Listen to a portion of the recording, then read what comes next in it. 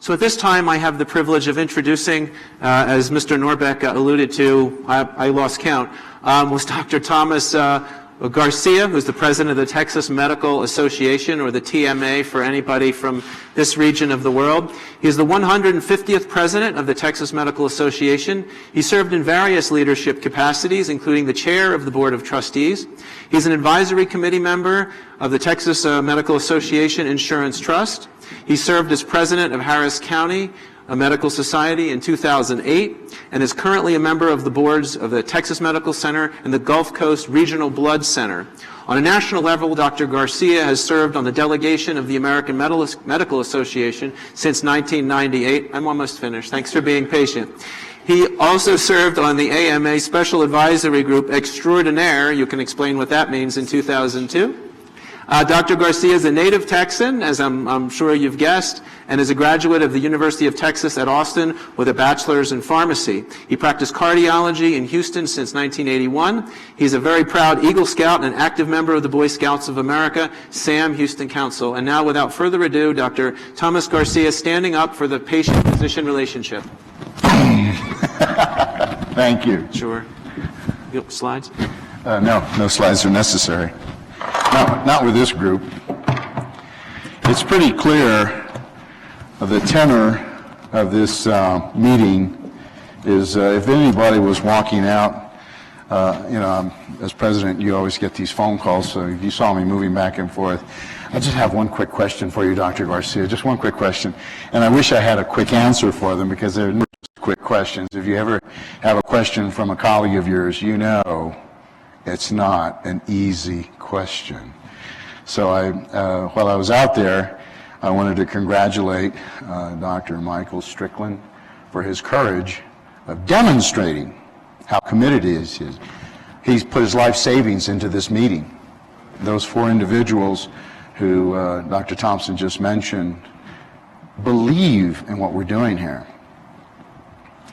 When a physician, when a woman, a physician, is burning their license to practice medicine, is burning their diploma with a stethoscope on top of it, if that doesn't get your attention, nothing will. So anything I say today is in deference to Dr. Strickland. I'm just here as an observer, really. I'm also here as president of the TMA, has been said. So as president, I am used to these positions where I've been placed at this point, where everybody has had their say. And you've heard it and experienced it. And now I have to somehow come together as president and say, okay, now what do we want to do? I know what each individual wants to do, and we all heard it. I do this, and I do that, and I think you need, and I. Spell team. T-E-A-M. There's no I in it. And if there's any iconoclastic individuals, it's a physician. We're the best of the best, smartest in class, multi-talented, multifaceted, just multi-everything. And yet we have to work as a team. That's a challenge. Just being a physician is a challenge, and then you have to get all these individuals to work as a team. Speaking of the AMA, there was a video that showed 2 individuals, dear friends of mine, Andrew and it doesn't matter, but they were on horses, wranglers if you will, and they were herding cats. The speaker and the vice speaker of the AMA, and that's what we're doing. Now, having said that, I couldn't agree with Tim more. You want to have a loud voice? Have a strong AMA. I'm going to say it again. You want a loud voice? Join the AMA. Now, I am a lifetime member of the AMA. And do you think they hear from Texas? They know how angry we are. Now, I apologize for using certain words, but we're not just angry, guys. After what I've heard in the last several days, you're pissed. And you know what happens when a person is pissed? They stick a knife in the ground and they're saying, no more retreat. You're burning stethoscopes. You're burning license and diplomas. I don't need to say anything. My comment is, or question, got ammo? And I even have it on my truck. Yeah, I drive a truck in Texas. It's kind of common in Texas to drive a truck. And if you see that sign that says got ammo, you know what that means. That's what I hear from you all. Got ammo? Each one of these circles that you're all sitting around is a foxhole. I want to caution you all, don't shoot inward, shoot outward. And the enemy was already been amply documented in the last several speeches, in the last several days, is third-party interference. When you came in, and most of us came in through Highway 6, and I have an interesting story about that, you see this beautiful lake, Dillon Lake, just absolutely gorgeous. And all these people are taking pictures and, smiling, and, pretty lake and the mountains. And you can just hear John Denver, Rocky Mountain High. I mean, I love that guy. I used to sing songs to my kids when they were going to sleep at night. We say our prayers. We'd, say a little Spanish prayer. It goes, Ángel de la guardia, dulce compañía, quédate a mi lado de noche y de día. In other words, guardian angel, stay with me day and night and bless me. So when you're singing that and saying that, and you're driving by Dillon Lake and you see all this magnificent beauty, you sort of wonder, well, what's it all about? The lake is us, and the public is all around the lake. They're looking at this beautiful thing called the patient-doctor relationship. And as a leader, a skill set is to coordinate the words that come out of your mouth so that it reflects the members, not Tom Garcia, but the members. How many of you, and raise your hands, did my words at the beginning resonated with you? That's 100%. Okay? A state leader does that. He listens. He's watching. He's aware. He's alert. He's almost like a sniper or a person who is stalking a deer with a bow and arrow. You have to be very, very stealthy because you don't want to be number one. The members are number one. And in my opinion, that's what's happened with the AMA. They're protecting the $500 million reserve instead of protecting the members. That's what they should be doing. You want reserves? I'll give you reserves. Protect the members. Can you imagine if 800,000 physicians joined the AMA? Do the math. Anybody got a calculator? 800,000 times 400, 600, whatever it is. See, I'm a life member. I'm stuck. There have been times I've been so pissed at the AMA, I feel like I want to resign and burn my membership. I'm a lifetime member. I can't get rid of it. It's like when you marry someone like Alma, like my wife, it's a lifetime member. And the secret to your success, and for those young ones in the back, just say, yes, ma'am, and I love you. I'm just saying. So how do we get the public who are involved with this view of the Dillon Lake involved? Now I'm going to give credit to the Physicians Foundation, my good friend and boss, Dr. Lou Goodman, my good friend Walker Ray, and of course you heard Tim, for their support of this meeting. Okay?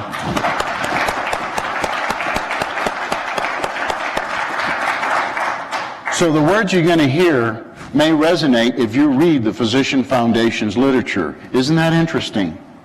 A state leader is using certain words that he knows based on the surveys, and you can see that survey, that second or third page over there, and I would encourage you during the break to look at these pages. Lisa, great job. Great job. Oh, and by the way, great job with you and Dr. Thompson yesterday. because that's what I'm doing. What was her question that she kept asking her? What's in your heart? So what I'm going to speak from now on is strictly from my heart. So I'm going to tell you right now, I'm going to make mistakes, but I'm speaking from my heart, from a solo practitioner practicing medicine in Houston. So it's coming from the heart. So if I'm going to start quoting Physicians Foundation, and I know it resonates with the public, that's also going to affect the national leaders and the state leaders and the county leaders. So there's certain words that are going to resonate, and it goes like this. The public has enormous confidence. Read that. Enormous confidence in our organizations.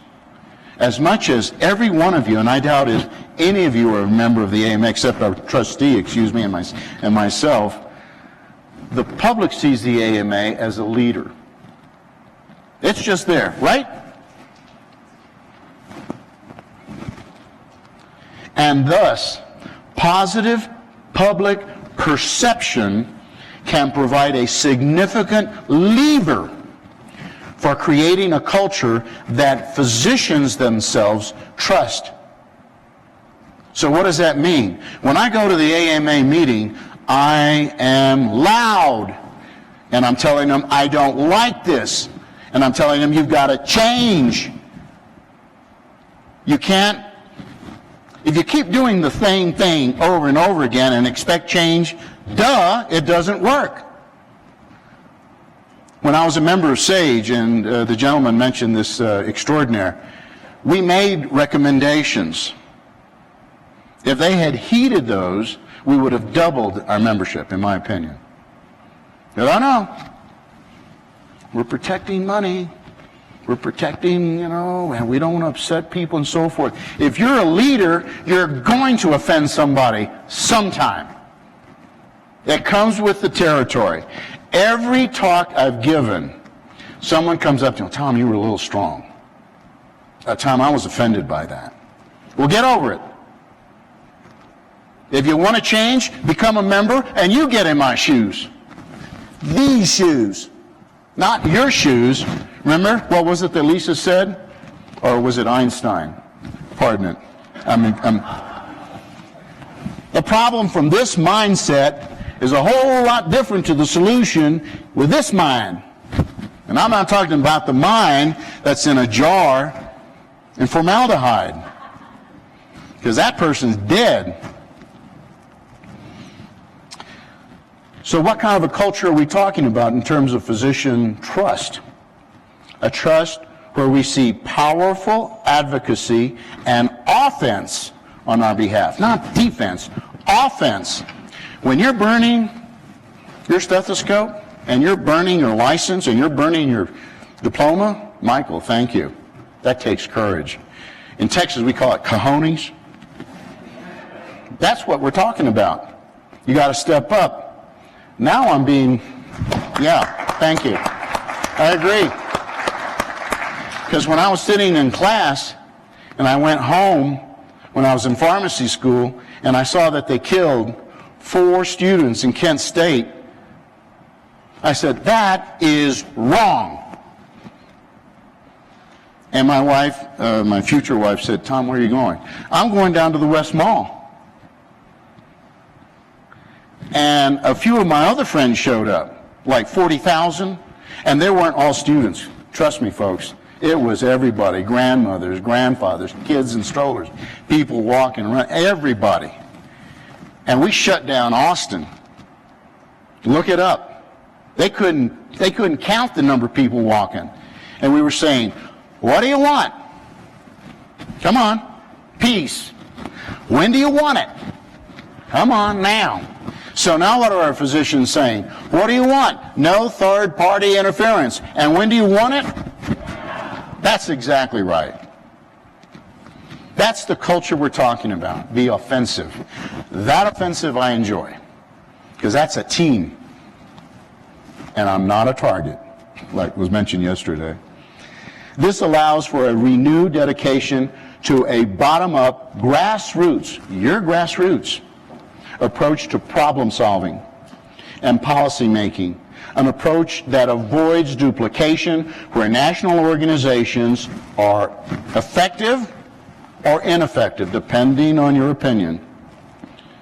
Now I'm going to read several goals here, and they're real simple. Watch. The goal to provide high-quality care at reasonable cost to all Americans through the following focused actions. Repeal the SGR. Done. Repeal the IPAB, the Physician Advisory Board. Work in progress. Passage of a Texas-California-style tort reform.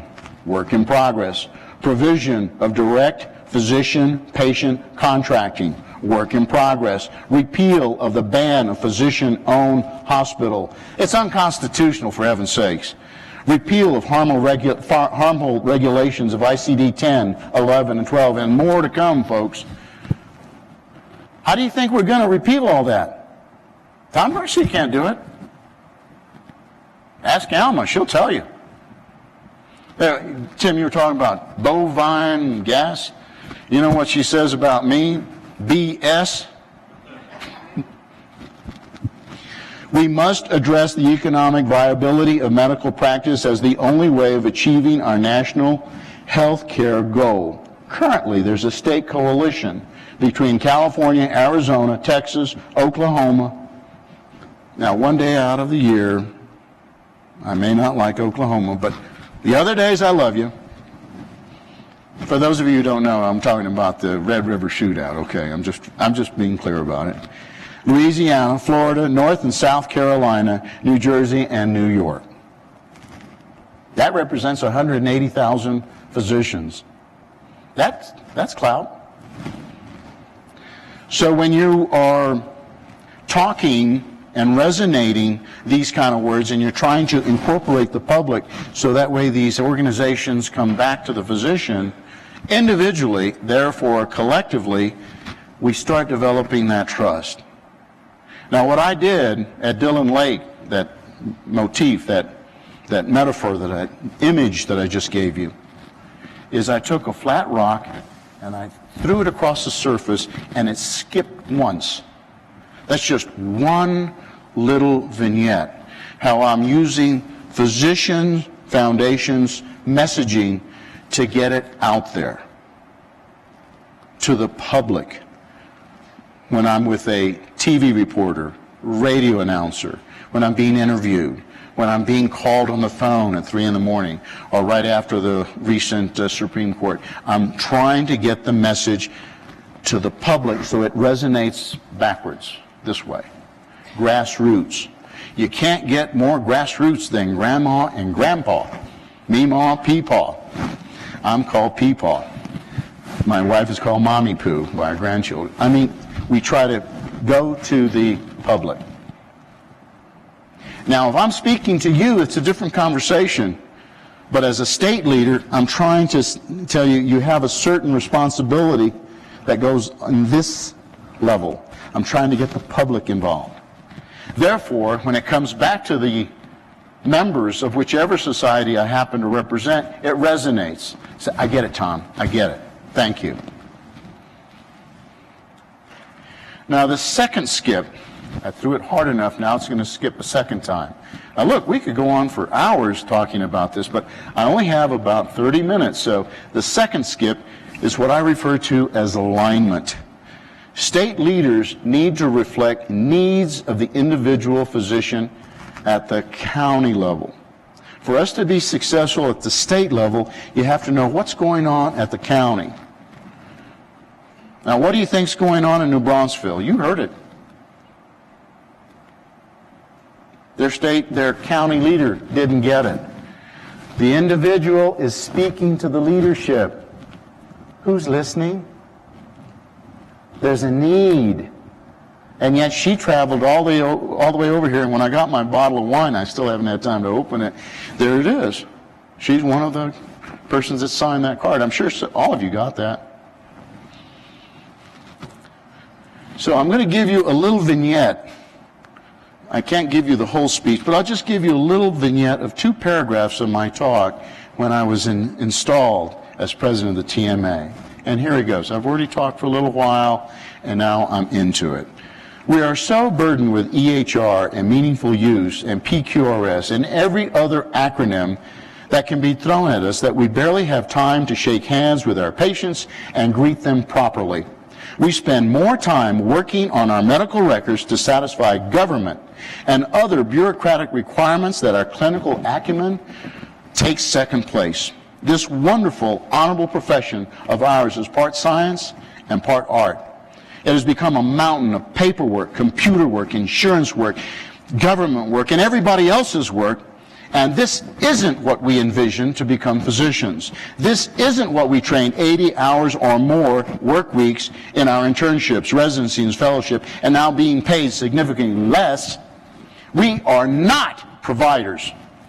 We belong to one of mankind's most respected professions. We are healers. We are at the bedside at the start of life and at the bedside at the end of their lives. We do, thank you.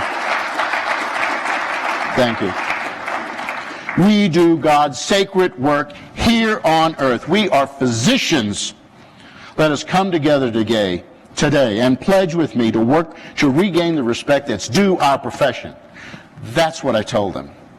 So you speak to the individual from New Braunfels, from Alice, where I was born, from El Paso, from Brownsville to Lockhart, from Delhart to Beaumont, from El Paso to the Sabine River. You cover the entire state. And you have to use the words that resonate. And our staff does these word clouds that were shown to you. And it's no secret. The Affordable Care Act had one big word, Secretary of State, Secretary of Health, shall. That was the other word. Secretary of Health, shall. Really? You're going to come to Houston, Texas and tell me I shall?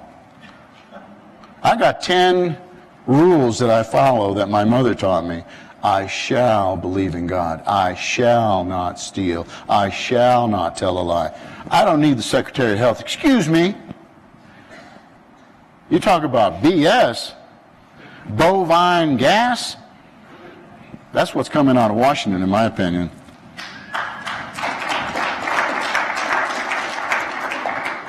So when you speak like that, you align everybody. Now you've got the public trust, first skip. Now I've got the individual members, second skip. And look at what we've done in the TMA at Texas. We're the largest, strongest state medical society, and our counties are also strong. Now, do you think we disagree in Texas? Oh, yeah. Like my congressman, Mike Burgess, said, is anybody happy in Texas, Tom? Yeah, we're happy, Michael. It's just we want change. And some of the change coming out of Washington stinks. But in the discussion, we agree to disagree. At the AMA, the Texas delegation is the strongest, in my opinion, delegation at the AMA. And Tim's got it right. When we close that door and we look at each other in that Texas delegation, the gloves come off. Tom Garcia, you're full of BS. I don't believe a word you're saying, Tom. Tom, you're just so full of it. Tom, where are you? Tom. Everybody's calling everybody's name. And then we take a vote. Majority wins, and we all stick together. And when that door opens, Texas is one. Now, when I talk to my friends from Minnesota, or New Hampshire, or Arizona, or from wherever, they know, and I know, there was some dissension. But they also know Texas stands solid.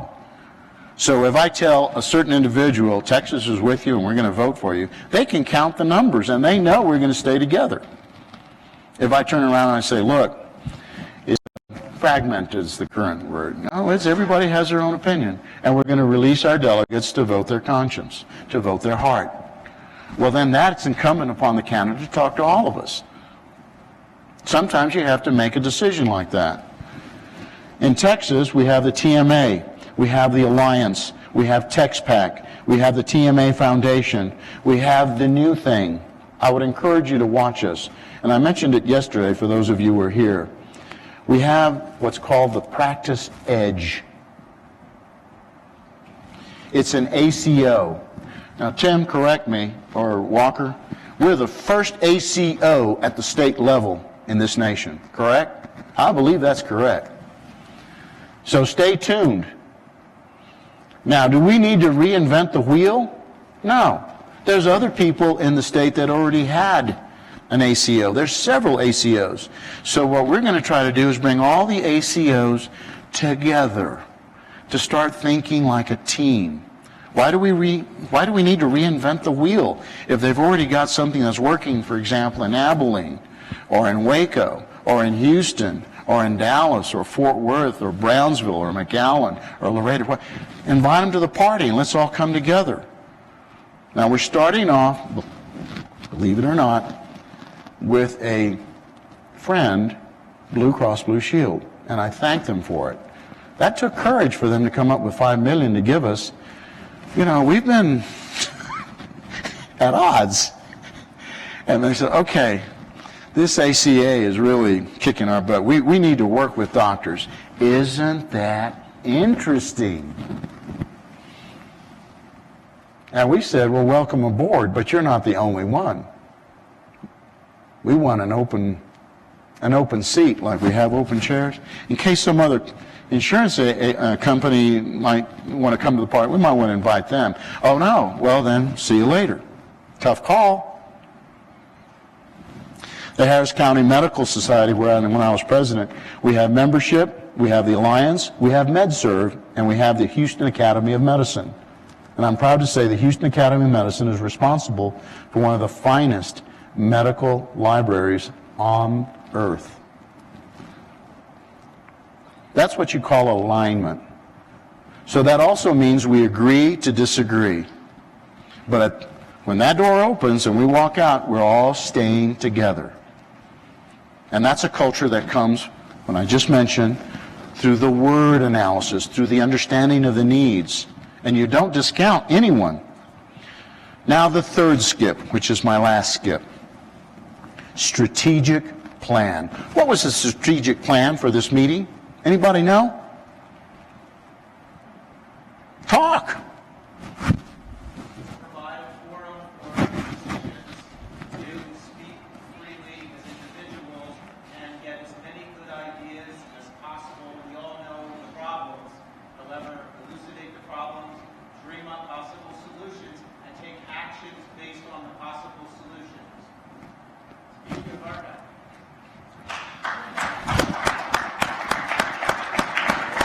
In Texas, we would say, hey, we're coming over here to Keystone, we're going to talk about our problem.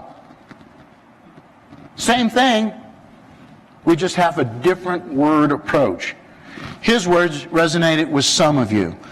My words resonated with others. Both of us got everybody on board, right?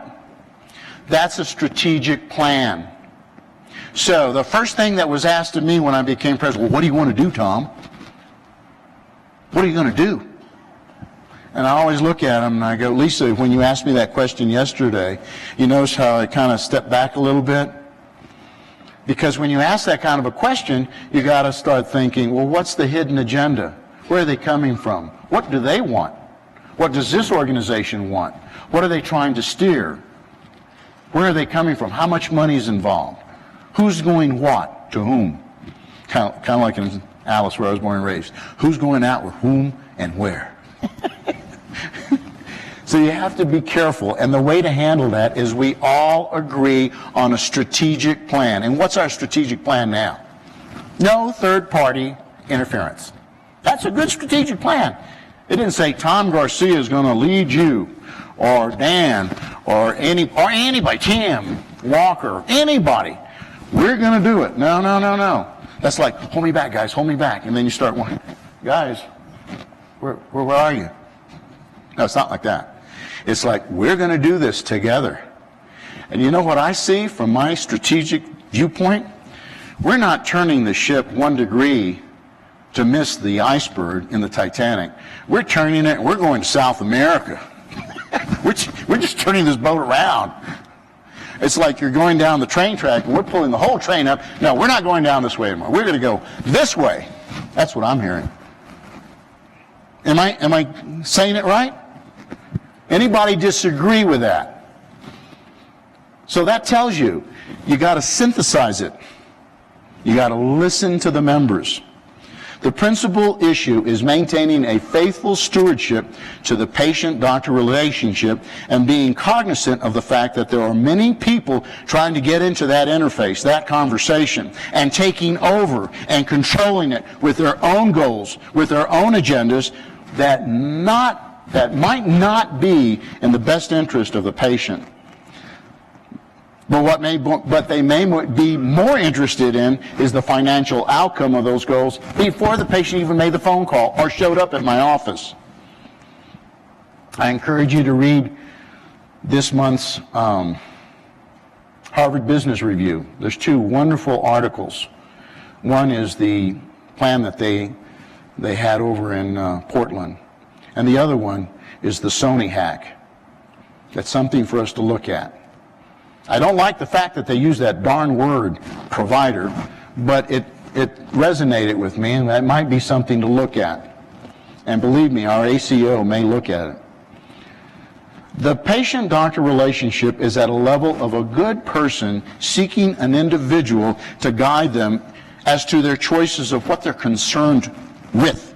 Chest pain, migraine, renal insufficiency, congestive heart failure, management of antihypertensive medication so it's not so expensive, chemotherapy like my wife is on, options for any issue or issues that concern the patient. It's a level of seeking counsel from your minister, from your priest, from your rabbi. It's at that level. What these third parties, which include government, insurance, pharma, all the ones that you've heard, are cheapening the patient-doctor relationship and adding more barriers to that interface with an impotent attempt to reduce cost at the expense of the patient-doctor relationship. That's what they're doing. In my opinion, the patient-doctor relationship is sacred. In older cultures, where you had shamans and medicine men, for example, the native Indians who lived in this area, they were held in high esteem, and they had an understanding of that interface of a living human being and death, and the many issues that occur that cause death. In the medical practice, we save lives and ask our patients to practice preventable habits, knowing full well that our supreme being is above everyone's control. Perhaps the third parties could take a lesson from the Hawaiian culture that respect Pele and get out of the way when a volcano erupts. And that's what I think is being voiced in this incredible meeting. It's tremors. It's the rumble.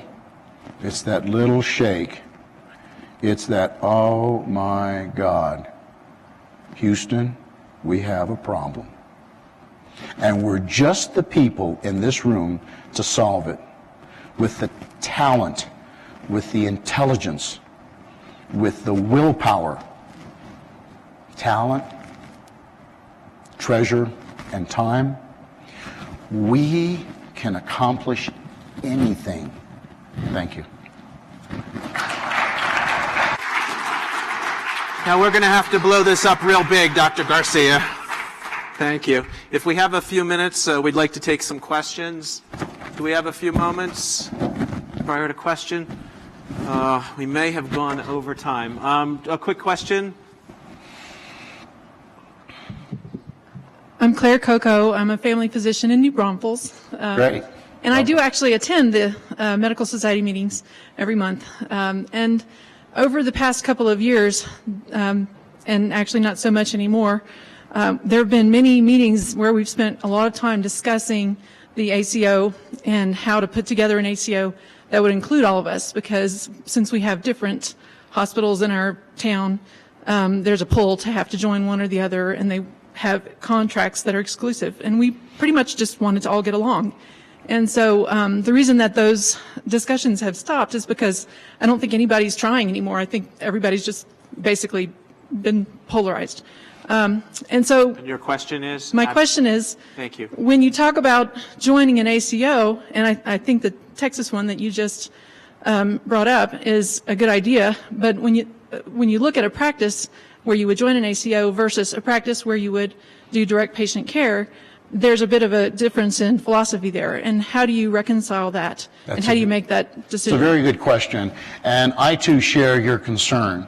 First of all, I'm going to tell you it's a work in progress. We don't have all the answers right now. It's the first time it's ever been tried, but that is a membership issue. We understand that the members wanted us to try something. So we're going to try something. It may not be one size fits all like at Walmart.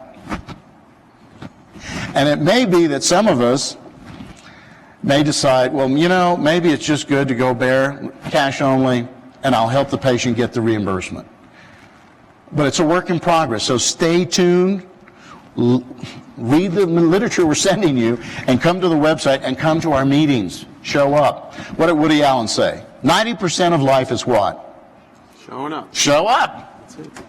Thank you for showing up. Yeah. We have one question from our remote audience in the field, Dr. Ed Volpanatesta. What about physicians organizing peaceful protests to their state capitals, seeking audience with their lawmakers to discuss these issues as a sign of their concern? I imagine it would get media attention too. It would get patients involved. Hook 'em horns.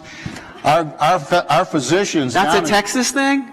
Oh, that's okay. Very good. Well, maybe my Aggie friends would Don't say, mess with Texas, guys. Okay. My Aggie would they say, want their gold shares back. Go ahead. My Aggie friends, and I love my Aggies like I love my Sooners. You know, we always have one day where we may not like each other when we're playing football. But yeah, I mean, all you have to do is, and you can look it up, the doctors in South Texas, led by Dr. Carlos Cardenas, marched on at the county courthouse there in, I believe, in McAllen.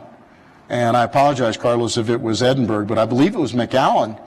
And that's where we were able to pass that tort reform because of our doctors. What do you mean you're coming to the courthouse demonstrating? It's kind of like what we did after the Kent State. What do you mean you're not in class demonstrating against the war and demonstrating against National Guards killing students? Really? At some point, it just makes sense when a doctor, like Dr. Strickland, burns his stethoscope and says, this is, ya basta, that's enough. Great, thank you. And we have a minute or two left. Is there a question from the field of physicians that's here? Dr. Chris Held? Okay, I have a question. Thank First, you for showing up from Texas. yes, hook 'em horns, and I can't believe you don't know what that is, Craig. But anyway, my dad, a physician, is from Alice, so we have a lot in common, and I appreciate your love of the patient-physician relationship and everything you're doing. I am a member of TMA and Bexar County Medical Society, not AMA. And I appreciate what you're doing. However, they've moved our cheese. And as much as I love Pete Sessions and Mike Burgess, did they read the MACRA? I mean, how could that have been passed with the alternative payment models with, and this is what I want to know because I know the TMA supported it and I couldn't believe it. You know, are we willing to throw the baby out with the bathwater to get rid of SGR? I understand the game playing. It was give them anything just to get rid of SGR. Right. And unfortunately, the point you've made in your publications was we gave away everything. Exactly. And I also know that we wouldn't have ICD-10 if the politicians didn't sell out to hospital and special interest.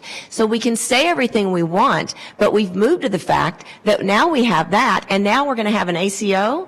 Well, wait a minute. Well, see, this is what we're trying to do. When we have members that are unhappy, we're not going to please everybody, so we may not please you, but we have the numbers. We're going to try something to address those issues from about 75% of our members. Now, for those of you who don't, like, I may not want to go to the ACO either.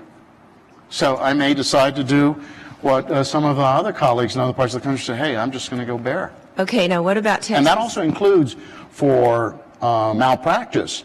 Now, one of the reasons that we have problems with malpractice, and Tim alluded to that in his comments, is that why? Well, there's money in there. It's like drilling for oil in Texas. So it isn't until we have the public's support for a national reform and let it be like a Texas model tort reform. That's what we would do. So what you're saying is kind of counter to what 70% of our physicians are saying, and that what we're saying is, okay, we're going to try the ACO.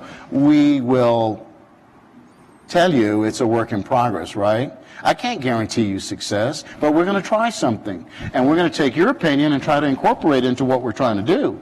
But, you know, it's a work in progress. And then we have another few questions. Okay, the last thing is, Held. does Texas have any plans to protect physicians, because now in the MACRA, the Secretary of Health and Human Services has the power to determine validity of our national provider identifier and require that for prescriptions to be filled under Part D Medicare. Does Texas have any,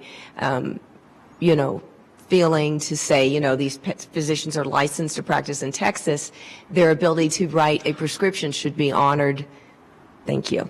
Well, no, let me make a comment as follow-up to what you just said. I'm a registered pharmacist in the state of Texas, and I don't have a problem if a doctor wants to have his own pharmacy in his office. But, that rubs some noses in the Board of Pharmacy, I'm sure. All right, Dr. Cavalli, we have 2 minutes left. Hi, I'm from PA. Thank you for being here. And I rejoined my state medical association this year. Rejoin, stay there. And join the AMA. Keep coming. Keep coming. I'm not yet convinced that I should join the AMA. My question is just philosophical. I totally understand your strength of protecting the physician-patient relationship, but I do not understand your concept of promoting an ACO, because philosophically I think they are mutually exclusive. Somebody who is protecting the PP relationship cannot be part of an ACO. So to me that's a misconception and a wrong It's not misinterpreted. You're reading it absolutely right, but not one size fits all. This isn't Walmart. I'm not going to have a solution for every single one of our physicians. But if the majority, remember, when we close the door and the majority of us agree, okay, let's try the ACO, what is the state leader supposed to do then? We got to try the ACO. And there may be some physicians like yourself and me that say, that's not my flavor, I'll just go my way. But I'm still a member. I don't shoot a hole in the boat. I'm trying to, all of us get there. I'm just talking about membership in your organization and all state medical societies. I do not believe that by promoting an ACO, you're going to get membership. At least in Pennsylvania, we have lost a lot of membership over the last 10 years. Pretend for a minute that you're the state medical society of any state. And 70% of them tell you, we want you to try an ACO. And you're against it. What are you going to do then? You got to try it. You're responsible to your members. And by the way, every EVP, the minute they hear a bunch of doctors coming together, they're listening to you. Why? Because they don't want their membership to go down. I wish the AMA would do that. Thank you. Thank you again. We appreciate all the good questions. We're out of time at this time, but thank you so much. We're going to have you come back for a few hours, maybe a day or two, something like that. And I want to hear all about this horn thing, because I think I'll have keen interest, being from the Northeast.